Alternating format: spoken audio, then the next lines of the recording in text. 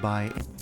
While most others are in serious decline, may be the key to averting a global food crisis.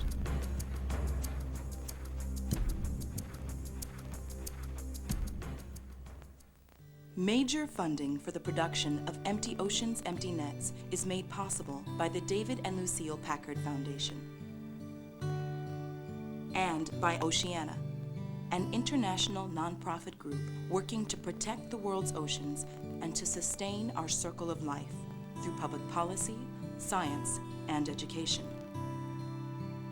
Additional funding is provided by Whole Foods Markets, Whole Foods, Whole People, Whole Planet, by MCBI, the Marine Conservation Biology Institute, the George T. Flager Foundation, and by the Gaia Fund, the Curtis and Edith Munson Foundation, Unilever, and by others. A complete list is available from PBS.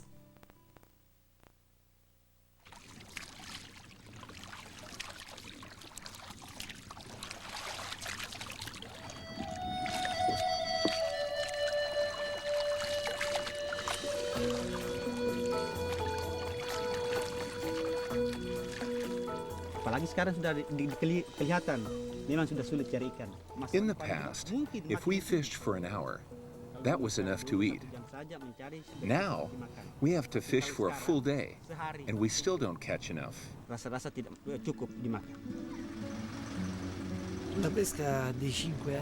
5 years ago, there were many more fish, so the fishing industry here is dying. Now we do a little fishing, but also tourism because we can't survive on fishing alone.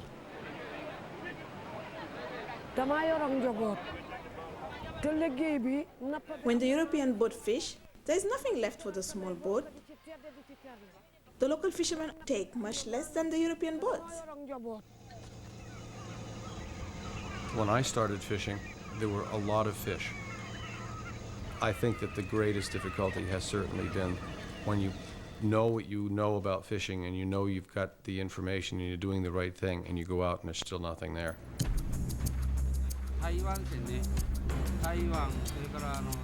The number of boats from Asia and Latin America has been increasing considerably. There are many more tuna fishing boats these days, so our catch has not been so good. That's our biggest problem now.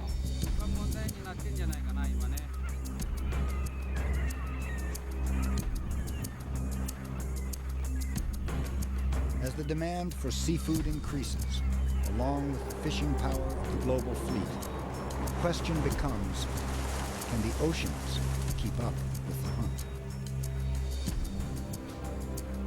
Many of the fish species we depend on are in serious trouble as we enter the 21st century, and the situation is becoming more critical every day. During the next hour, we examine the global fisheries crisis that looms as a critical threat to world food security, how it's come about, what drives it, and what's being done to try and reverse these dangerous trends.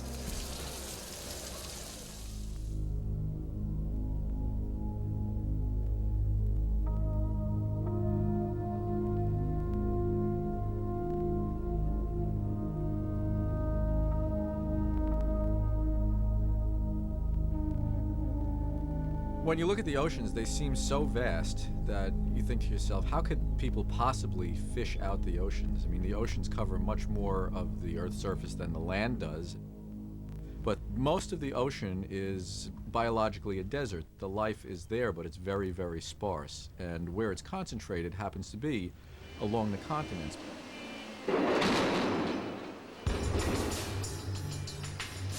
Few people realize the scale of the world fishing effort and what the industry must do to supply the ever-growing demand for seafood.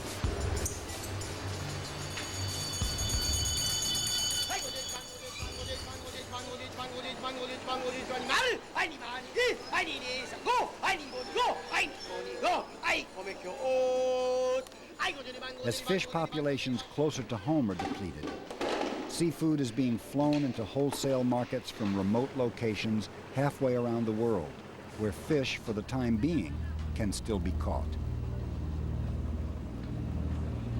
But even in the most remote locations and in the deep waters of the open ocean, fish populations are being exhausted, one after another, by vessels using space-age tracking technology, dragging nets that sweep vast areas of ocean floor, and deploying miles and miles of baited hooks.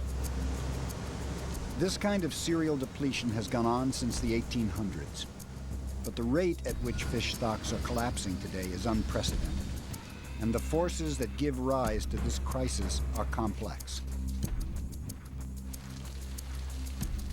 Simply put, the fish cannot reproduce quickly enough to keep up with an ever-intensifying hunt, feeding an ever-growing human population. Oh, Nana, le va-vivre est pas cher. Ouvrez les yeux. Ne vous faites pas embarquer. Many of the collapses that we've seen, many of the new changes that are happening in oceans are a consequence of activities that people have always engaged in. It's just at a much greater rate and a faster scale. Nobody created these problems deliberately. There aren't bad guys out there that are trying to do in fisheries. Despite the intensified effort, there is evidence that the global catch has been decreasing since the 1980s. A decline that many scientists believe would be more apparent were it not for the capture of species barely considered edible a decade ago. As larger fish disappear, the global fleet is targeting smaller fish at the lower rungs of the marine food chain. Because these species are the prey of larger fish and other marine life, their wholesale removal may cause even further collapses.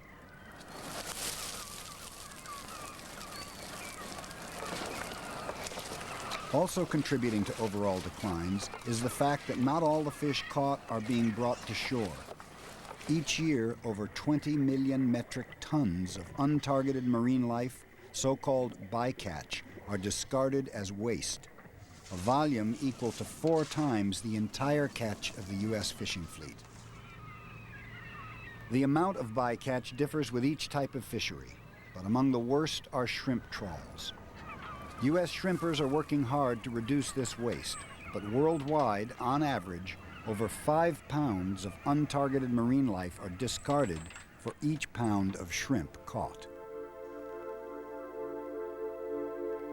The decline of fisheries is not always the result of high-tech industrial fishing practices.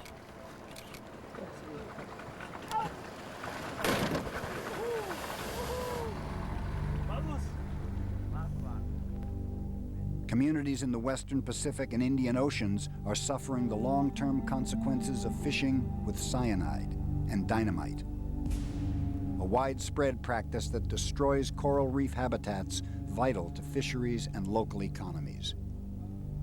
Reefs are being blasted, poisons are being used, causing tremendous damage to the reefs that are important to the productivity of the coastal fishing grounds. I think overfishing in our context is a consequence of the overall economic situation that you see in the rural areas. The lack of economic opportunities, landlessness, poverty in those regions. Fishing in that context is an occupation of last resort.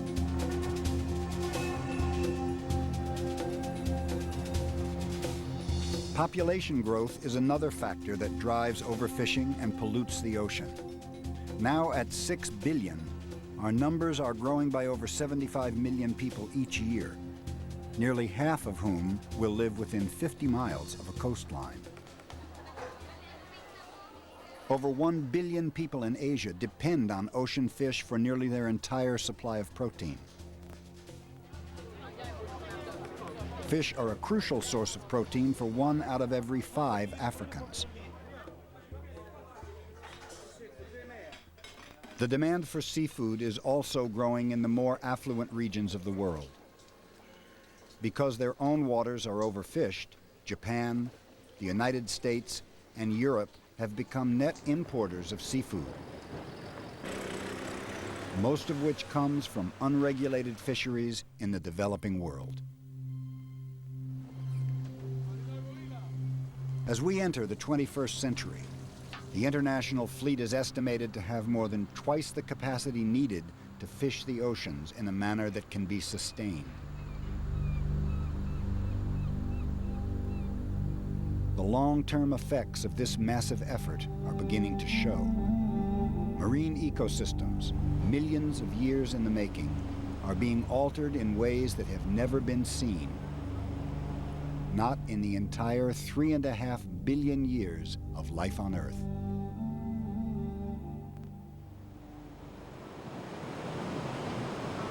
We are now lamenting what has happened to the oceans.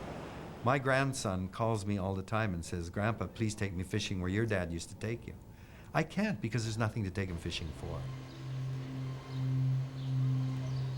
People everywhere share a concern about what kind of world our children will inherit and a growing sense that the challenges we face have become global.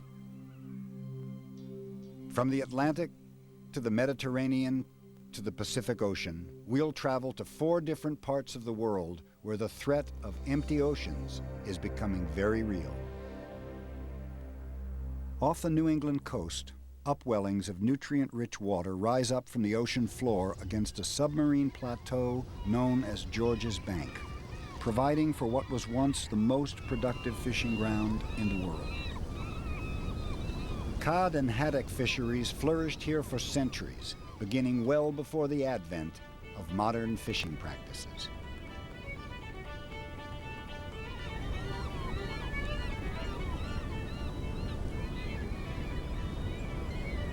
From the mid-1800s into the 20th century, New England fishermen braved the North Atlantic in wind-powered schooners. Once on the fishing grounds, dories were put over the side. Fishing by hand with hook and line, the fishermen often filled their boats to the brim with cod and haddock. The only limits to their activities were those imposed by what the fishermen could endure. But all this was about to change.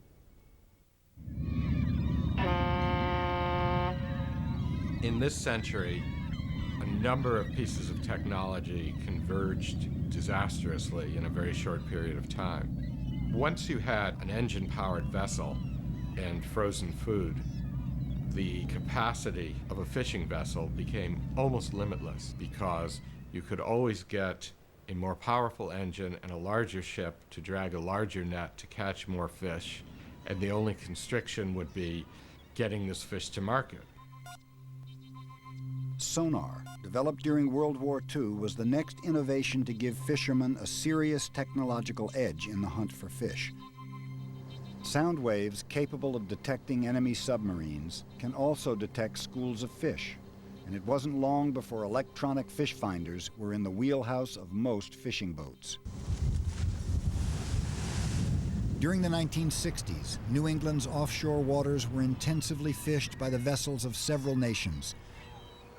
But in 1976, after the U.S. joined other countries in prohibiting foreign vessels within 200 miles of their shoreline, the boom times really began.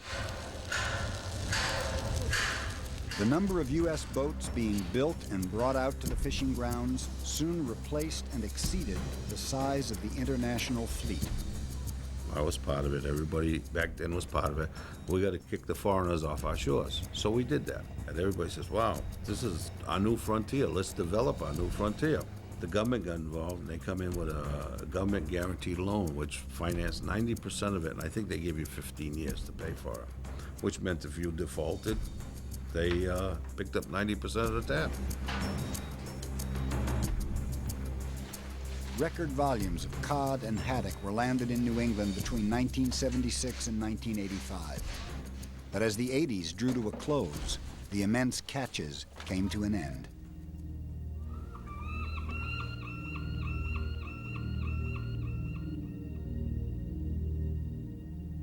I'm going back to do what I need to do to support my family. And if you're going to send armed terrorists aboard my boat, they're going to get an answer, because... Fishery managers eventually put new regulations into effect. Large areas on George's Bank were closed. Strict quotas were established, limiting the size of the catch and the number of fishing days allowed each vessel. the impact on the fishing community was severe. We can rip up citations just as fast as you can write them. And then you're going to have a political crisis that's unparalleled, because you're not going to take away 500 houses and 500 boats. We knew what was going on, and we told people what needed to be done, but people didn't want to hear that. Few individuals on the council said we could not overfish the resource. They did not want to be bothered with the facts and the data. And they just didn't. They wanted to continue doing their thing and didn't want the science to interfere. The New England Fishery Management Council is one of 8 regional management bodies in the U.S. with authority to open and close fisheries and set the total allowable catch. Most members represent interests within the fishing industry, leading many to believe that the industry is largely self-regulated and to question whether this is in the long-term interests of maintaining healthy fisheries. The important thing is to manage this resource for the maximum benefit of the nation. Now, if the maximum benefit of the nation is employment for a large group of people who don't have another alternative, and that means the cod stock is not as healthy as someone else might want, that's a rational decision for the council to make because its view is the maximum benefit of the nation. I think that's a blatant conflict of interest. We've got people sitting on the New England Council now that own 2 or 3 boats, buying from the boats. They're some of the best people on the council, as a matter of fact, but it's very hard for them to make hard decisions against themselves. A lot of people who would be fishing today aren't, because the leadership in the fishing industry was captured by a few large economic interests. Nowadays our thinking is these are public resources. That doesn't mean that the fisherman who has a quota or a license owns them. It means that you and I own them. They're ours. That's our resource.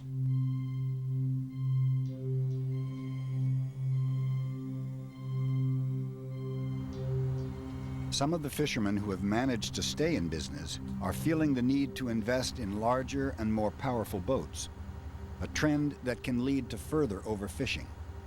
I have to put a second note on my house, a security note, and I have to look at working a lot harder, frankly. I mean, I'm going to have insurance payments to make, I'm going to have mortgage payments to make that I didn't have before, and it's going to call for a lot more effort. The profit margin is getting slimmer and slimmer. The response to that is to fish harder. If you're not making money, then you're going to fish harder to make some money. Overfishing isn't happening because fishermen are greedy or they don't know when to stop. Overfishing happens because all the incentives are there for it to happen.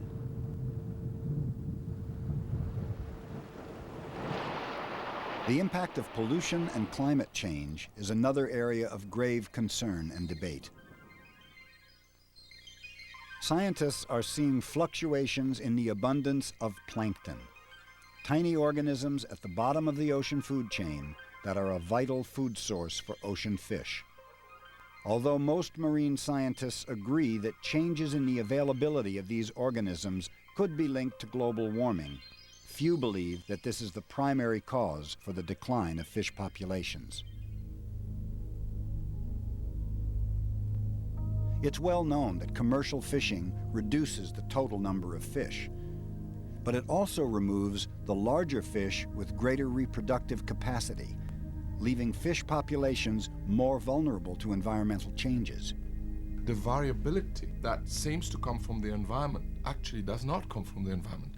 The point is that we have created that variability. We have made the system more susceptible to environmental crashes. To pretend that we can understand the loss of all these fisheries by blaming it on things like climate change is to ignore the obvious fact that we ate these creatures and they're not there anymore.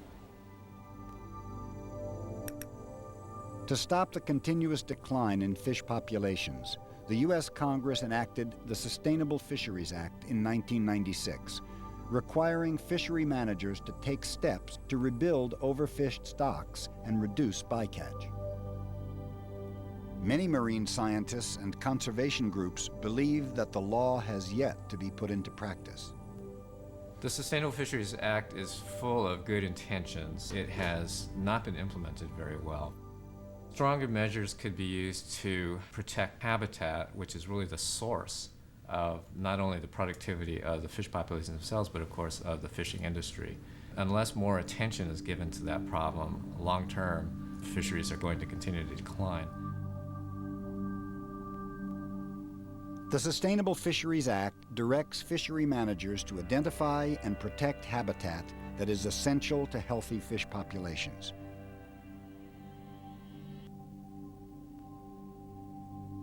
Scientists are beginning to understand that an intact ecosystem on the sea floor is vital to juvenile fish in more ways than one. With the advent of a fishing technique known as bottom trawling, the availability of food and places to hide have become more scarce on the seafloor, making juvenile cod themselves easier prey for other fish. The bottom trawls towed for cod and for shrimp consist of a large net that is pulled along the seafloor. The mouth of the net is spread by the action of two heavy steel plates that drag along the bottom at either side. In recent years, an innovation known as a rock hopper has been added for groundfish like cod, a set of heavy rubber wheels that roll along the ocean floor, preventing the net from tearing on large rocks and uneven terrain. Vast areas of seafloor formerly inaccessible to fishing are now being trawled. We've seen in areas that are chronically impacted by hundreds and hundreds of boats dragging nets and dredges all over the continental shelf that a large percentage of the animals that make up the structures on the seafloor are eliminated. These animals provide the cover for juvenile cod. My basic thesis is not that we shouldn't be trawling and dredging anywhere, it's just that I think we should be doing this everywhere.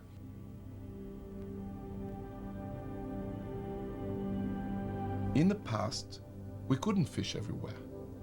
In other words, the existence of fisheries in the past relied on the fact that we were not fishing everywhere.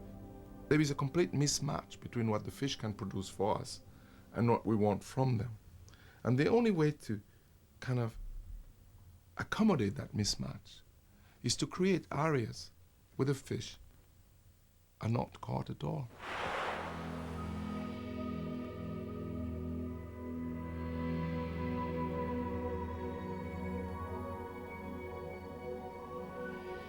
Because of the difficulties of mandating and enforcing sustainable fishing practices, a growing number of marine scientists see the value of establishing marine reserves that are off limits to fishing of any kind.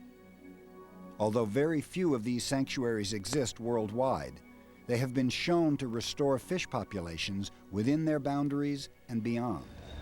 One thing that reserves do is to allow fish to live longer and grow larger. And as fish grow larger, they produce many, many times more eggs than they do when they're small. As the stocks build up inside the protected area, so they start to feed fish into the surrounding fishing grounds. They emigrate from reserve into the fishing areas where they can be caught. Some fishermen are also taking the initiative to help minimize the impacts of the gear they use by matching it to the type of seafloor they fish on. I chose to stay small. It's a choice that I made, and it has to do with the idea that there are certain habitats that simply don't need to be invaded by the kind of activity that trawling does create. I have chosen to trawl on bottom that I think is the kind of bottom that can withstand the impacts that my gear does to it.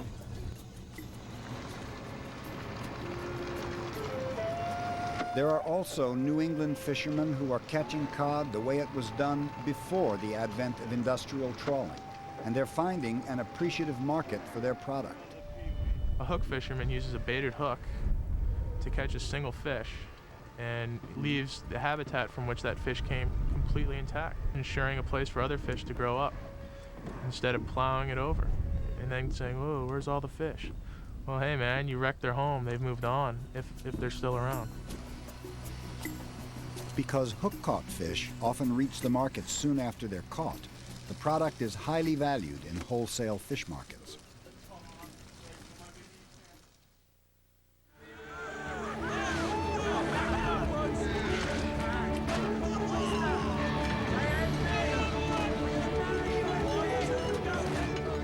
A Another New England fishery that has captured the public's imagination hunts for a fish much larger than cod.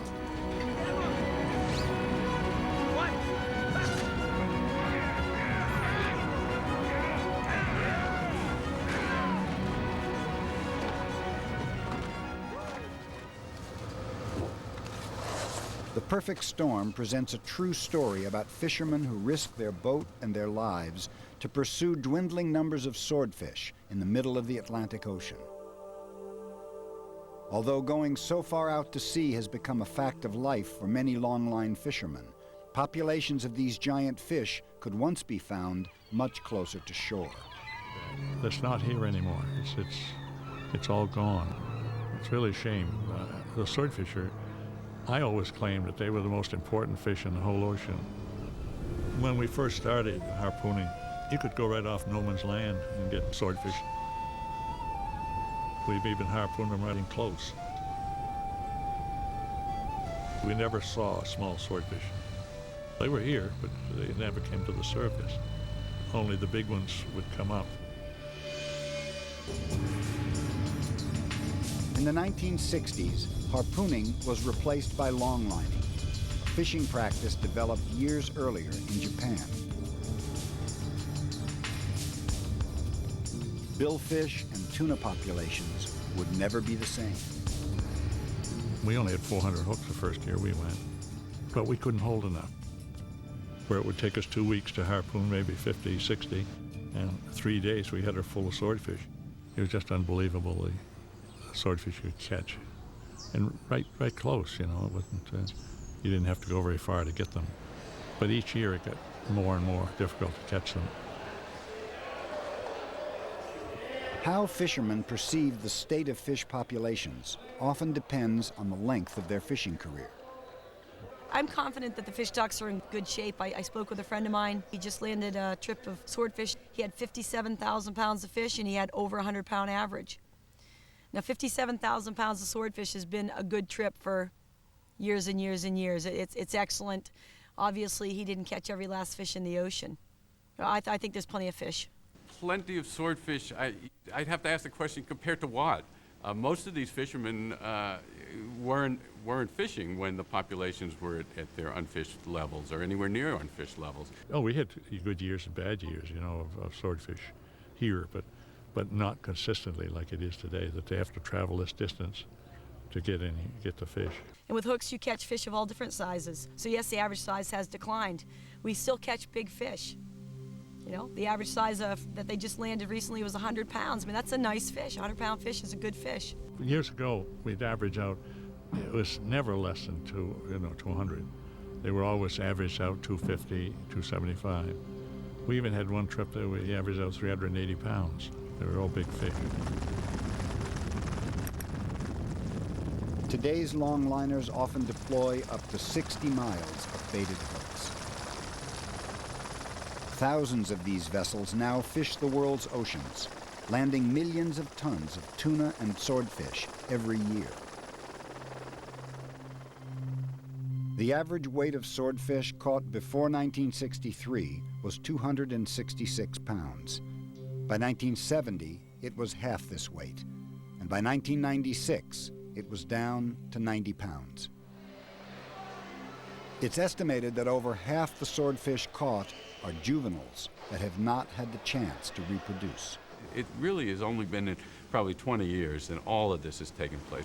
You've got navigation equipment that you never had. You've got temperature sensing gear. You've got global positioning systems and temperature probes and acoustic Doppler current profilers, for God's sakes. I mean, oceanographic vessels don't all have acoustic Doppler current profilers. I mean, this is pretty sophisticated instrumentation for a fishing boat. Not only has the instrumentation for locating the fish become high-tech, the long-lining gear itself has become a highly mechanized, ultra-efficient method of catching them. The vessels fish by deploying a heavy monofilament line, laying out many miles of baited hooks that are allowed to drift with the current for hours before being hauled in.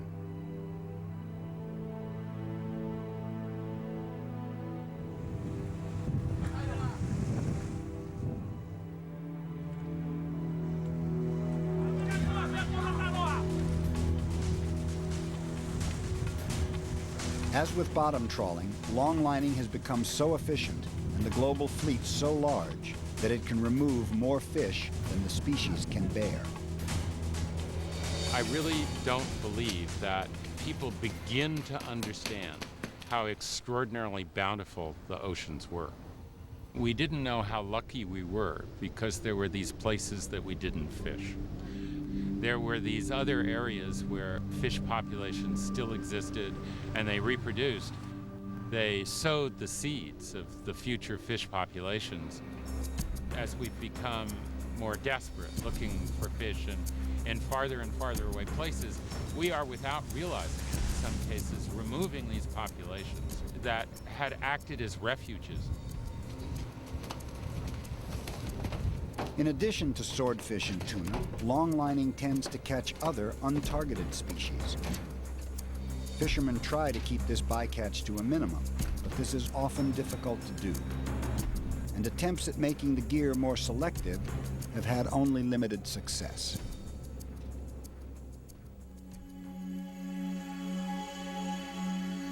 Marlins are another type of incidental catch that's difficult to prevent. In the Atlantic Ocean, these billfish are among the most depleted of all large fish species. The problem with things like marlin is that they are very similar critters to the tunas and swordfish that are taken by long lines.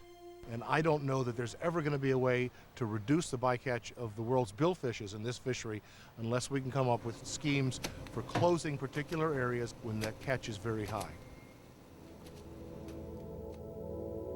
Sea turtles, considered endangered species worldwide, also fall victim to long-line hooks. They often survive these encounters, but not always. The U.S. government has closed some of its own waters to long-lining, where sea turtles migrate and where swordfish populations are known to breed. But because billfish and tuna migrate across the open ocean, they are hunted by the international fleet.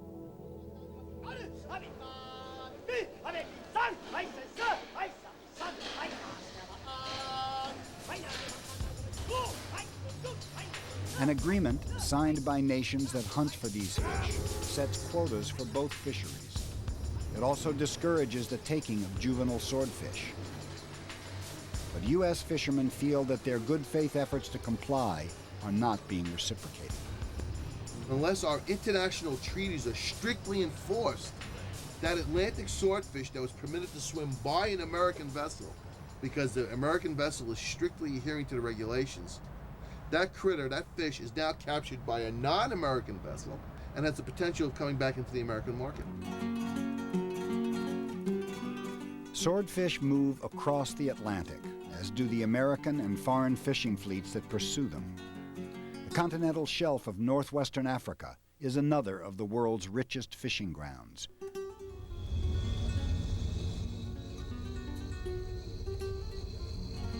European and Asian fishing fleets, having fully exploited their own fishing grounds, are fishing in African waters. Vessels come to the port of Las Palmas in the Canary Islands to offload their catch, most of which is shipped back to Europe, Japan, and the United States.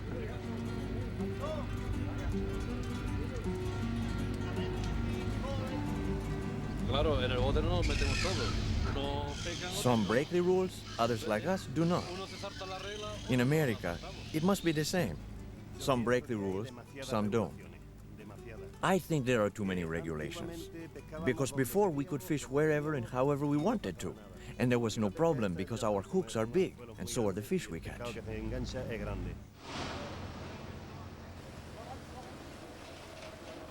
Enforcement is not good internationally, and if we decide not to allow undersized swordfish, small baby swordfish, to be imported, we can have an effect because we've got a big enough share of the market that those people will probably stop catching those fish if they can't sell them to us.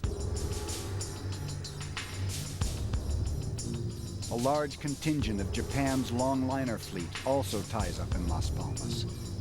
These ships target primarily tuna in international waters, but also catch swordfish, marlin, and sharks. The total number of fish has been decreasing a lot. So the biggest problem for me is that my income has been reduced. I suspect we probably have no future if we continue this type of reckless fishing. In order to rebuild the tuna population, we have to control not only long line fishing boats like ours, but also the net fishing boats, since they catch everything, including small fish. Otherwise, I think the future of fishing is doomed. The old tuna fisheries that seemed so stable and sustainable were mainly concentrated pretty close to coastlines. Now the technology is spreading out all over those oceans. Imagine going to your local Safeway and not being able to buy a can of tuna. It's a real possibility today. A different kind of fishing, also targeting large migratory fish, is practiced in the Mediterranean Sea.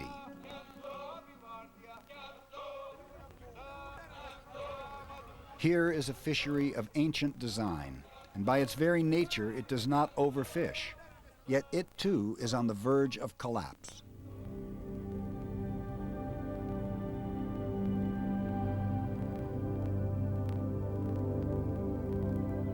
Each summer, bluefin tuna migrate into the warmer waters of the Mediterranean to breed and spawn. Their movements have been studied by fishermen since the days of the Roman Empire.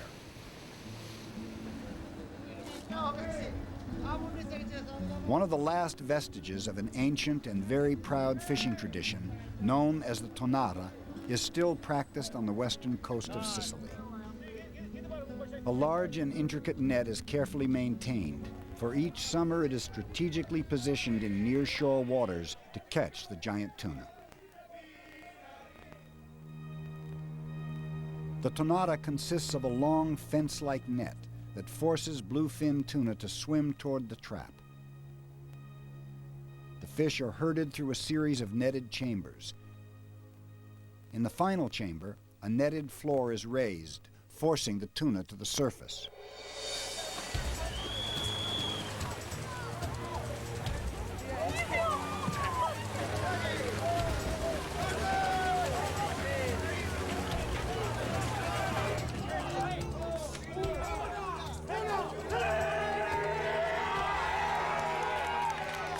The slaughter of the tuna is called the matanza, a tradition that has endured for well over 1,000 years. Although once practiced in over 200 locations throughout the Mediterranean, there are now barely enough bluefin to support 2 tonadas.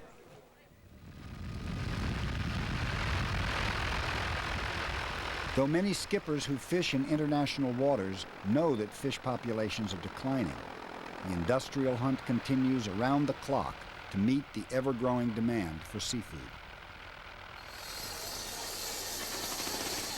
Because seafood is a global commodity, being flown into markets around the world, demand for tuna and other popular fish has become insatiable. This globalized market makes it difficult for retailers or consumers to know where a fish was caught or whether it's being overfished.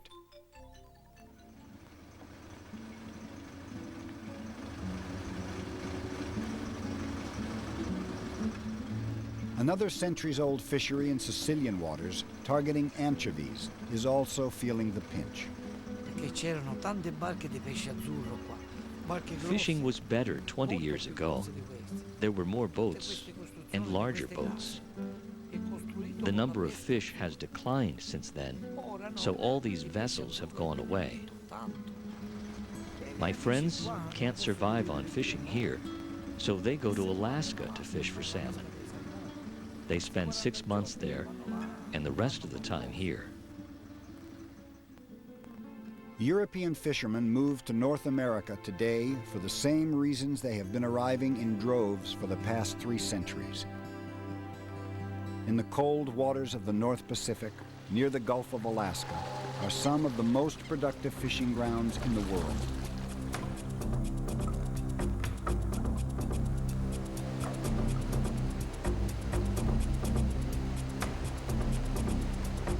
Fishermen follow the fish. which is why many New World fisheries have met the same fate as those in European waters. But in Southeast Alaska, two major fisheries have managed to survive the usual cycle of boom and bust, and one of these hunts for Pacific halibut. Regarded as one of the world's best examples of a well-managed fishery, it is based on a precautionary approach that limits both the catch and the number of boats.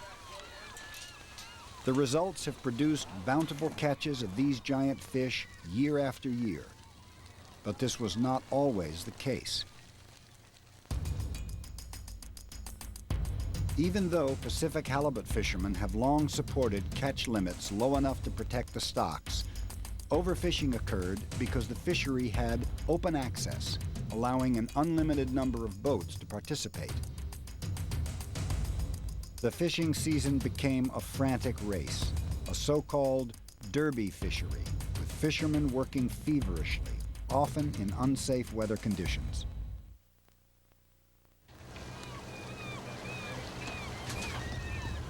Today, the halibut fishery is a closed fishery. A vessel cannot participate unless its skipper or crew members own a share of the total allowable catch, called an individual fishing quota, or IFQ. Initially allocated to skippers with a history in the fishery, the quotas can now be bought and sold like private property. Fishermen can enter the fishery only by purchasing quota from someone who wants to sell their share. We did exceed the quota in a number of those years when we were derby fishing because it's so difficult to control what 3,000 or 4,000 boats can catch. It was open access, so anybody could go. So there was an unlimited number of vessels, all trying to race and catch as much fish as possible in the set amount of time. There's less boats fishing now than there were during the derby years. People, when they are fishing, they're not setting as much gear at one time. They'll set a little bit of gear, see what they catch. I think all of the fisheries are eventually going to have to come to this. There's no unlimited supply of fish. You keep nibbling away at it, eventually you're going to get them all, or almost all of them. So.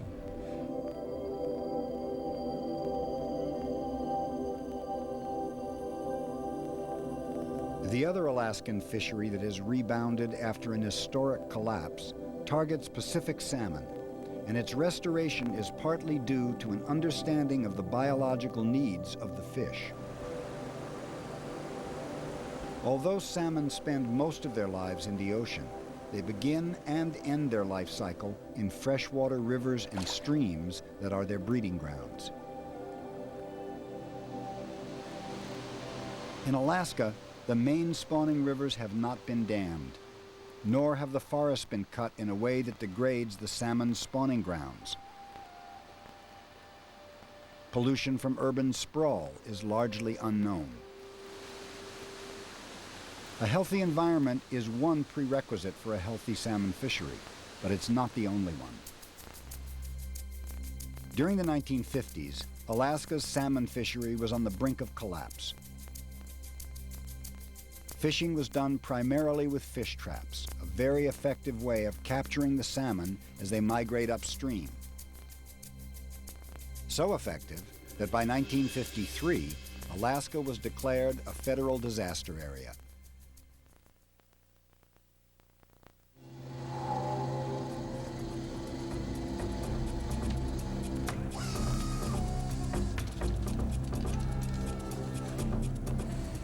Decades after fish traps were banned and a new management plan phased in, the size of today's salmon runs are setting all-time records. Throughout the spawning season, the Alaska Department of Fish and Game keeps an eye on the fish, making certain that enough salmon are allowed to spawn in each watershed, what managers refer to as escapement.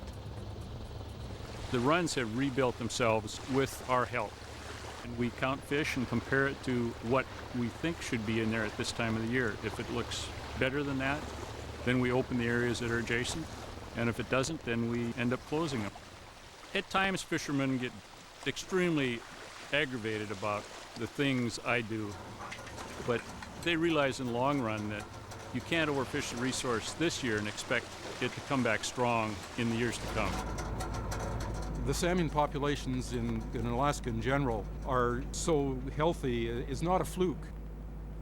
The biologists are charged with being sure that there's adequate escapement every year to perpetuate the runs. That's their sole charge. It's built into the state's constitution. As long as the resource is the one that wins, and that there will be a fishery there when I retire and my children take this over, that they can fight for and maintain, is what it's really all about. It's not whether I'm going to catch a lot of fish tomorrow or within the next 2 years. It's what's going to be there 20, 30 years from now. There is another essential ingredient to the success of this fishery that could be applied to many others around the world. The Alaskan salmon fishery, like other U.S. fisheries on the Pacific coast, has limited entry, which means, like the halibut fishery, they are not open to anyone who wants to fish commercially. There is a fixed number of permits that may be fished in any given fishery. What that's done is to make a very stable fleet over time. That I think has proved to work for everybody's benefit. The individual permits also restrict the amount of gear that each boat can use, gear that is very efficient at catching large volumes of fish.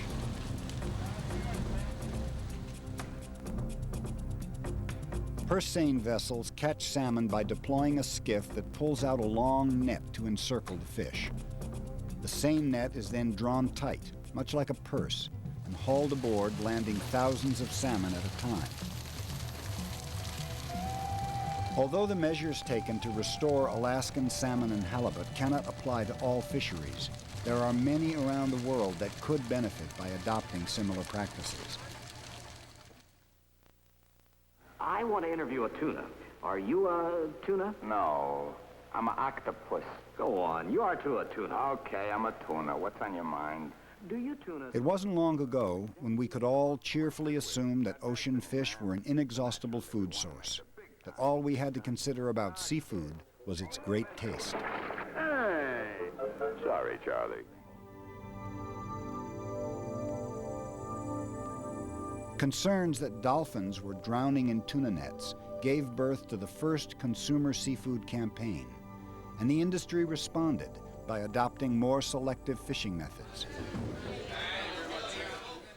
Understanding that market demand is one of the root forces that drives overfishing, and that regulations alone are failing to stop the declines, a number of initiatives have been launched to educate merchants and consumers about the origins of seafood products.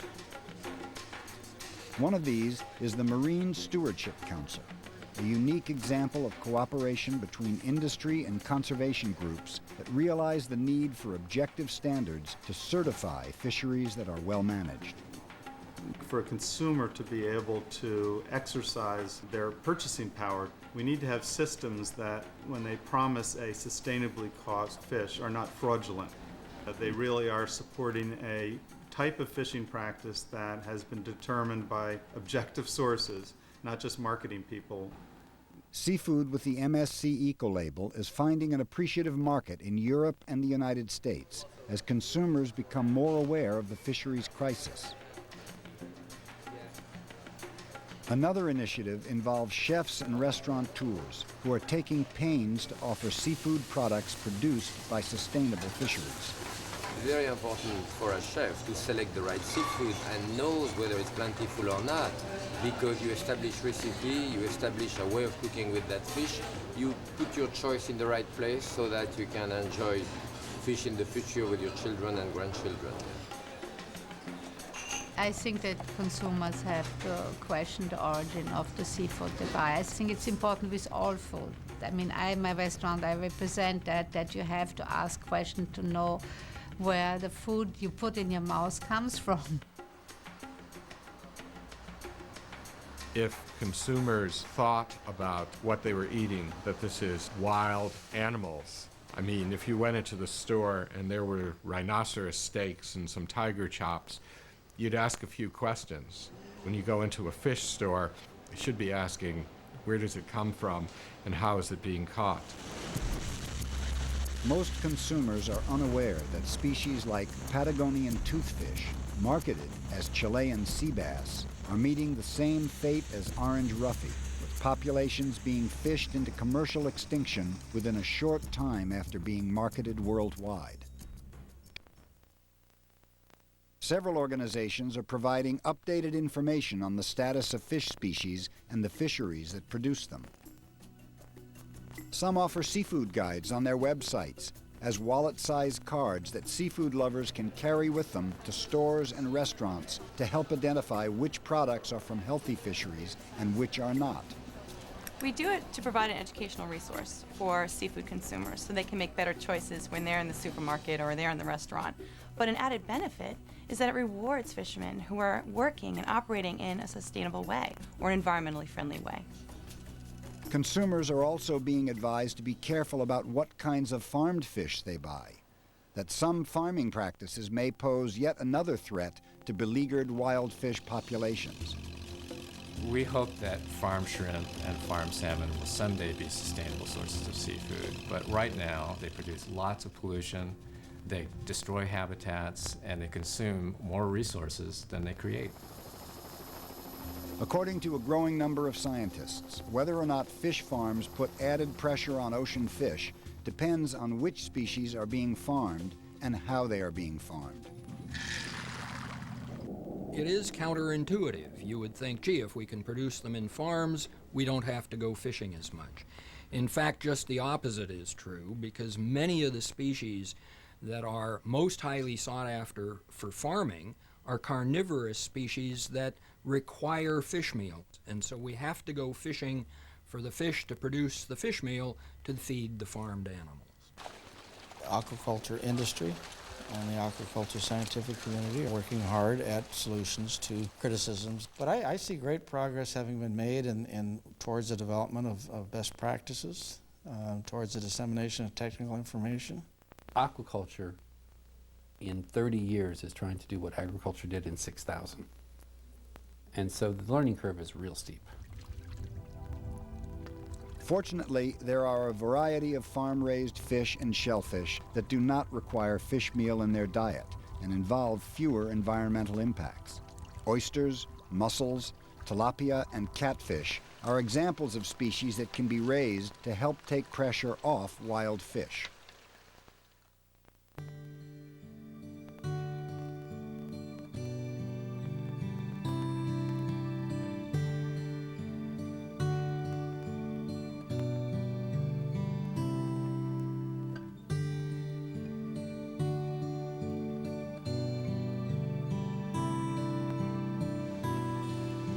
As it becomes more apparent that the bounty of our oceans depends on an ecological balance millions of years in the making, a balance more fragile than ever imagined, we're learning how important it is to fish in a way that preserves the planet's most critical life support system. I think fisheries and ocean ecosystems are in much greater trouble than is commonly appreciated. If we act in the relatively near future, we can turn some of those things around. If we could get together, the regulators, the scientists, and the fishermen, I can't see why a solution can't be found. I just can't see why it can't happen. This is not science fiction. It could be done quite straightforwardly. And everywhere it has been possible to break this cycle of despair, it has been possible to massively increase catches. It really is very much up to us to decide. People shape the world. We can choose. There's a lot of potential to bring things back and have abundance and have beauty. And there's also a lot of risk right now. As we enter the 21st century, we are at a crossroads. Whether or not we meet the challenges we face depends not only on fishermen and policymakers, but on each and every one of us, both as citizens and consumers.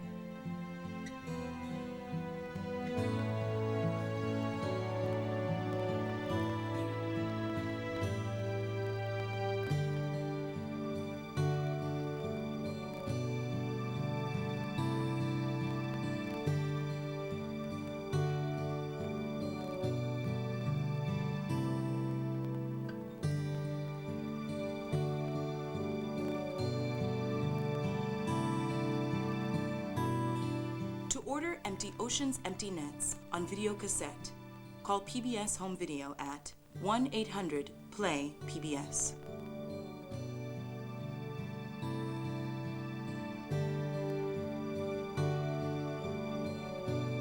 Visit PBS online for more information about seafood produced by sustainable methods, about marine fisheries, and efforts being made to restore them. Visit pbs.org. This program was produced by Habitat Media, which is solely responsible for its content.